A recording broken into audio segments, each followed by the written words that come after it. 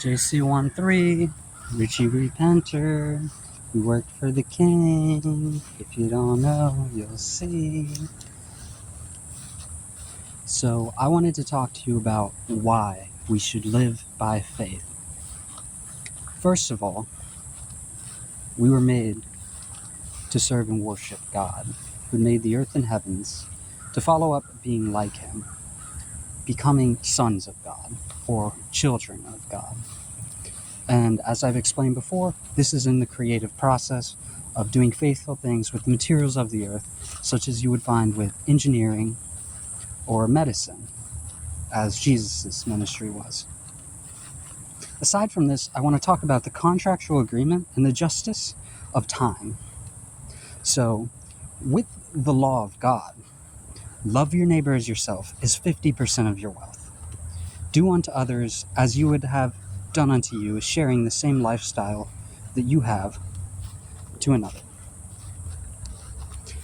If you had worked, we'll do it in time and money, for 10 years, and you gave 50% of that way, you would be lawful in the eyes of God. But if you haven't given it away, someone making $15 an hour, working 40 hours a week after 10 years, would be held to the standard by God's law of giving $144,000 away. People making about twice as much as that, almost $65,000 a year, would be held to the standard of giving $288,000 away. But Jesus had worked a good 3 to 4 years, somewhere in that time span, about how long as I've been living by faith, being owed wages for what I've done. If we do this mathematically, we can see that I have to give away 50%. So that's minus 50%. I am owed 100% of everything that I have. So that's negative 100%. Negative 100% with the 50% taken away still leaves me at negative 50%, meaning I'm still owed 50% of my time. So that would mean to break at giving 100% of my time away, or 2 times love my neighbor as myself, I would have to go another 20 years to get there, because 10 years I spent, 10 years will be covered to take the negative 50% away, along with the other 50% I would have to give away. Meaning I have earned time to have all my money to myself. Now, what's so much more important about doing the ministry of Jesus is there is the understanding of value in regard to currency, where Jesus Christ has promised 100 times all we leave behind. So somebody making more money would have to give more. Somebody making $15 an hour would have to give away, after 10 years, $144,000, or give it all away along his way, that number of 50%. I also include a 10 or 20%. And remember, God requires 100% of your heart, which I have already fulfilled. So it's advantageous for me to go into ministry with less of my time while I obey Jesus in the commandment to refer to myself as nothing more than a worthless servant, and go have a family, take dominion of the earth, and continue my work of ministry along with hopefully healing practice and faithful engineering, as I've done along the way, bit by bit. But let's say that I continued my education in biology and engineering, and I went off to become a neurosurgeon. This life has all been left behind. The wages of a neurosurgeon are about $381,000 a year. As a poor person, in the parable where a woman had come to the temple and put in all the mites she had to live, to eat her bread off of.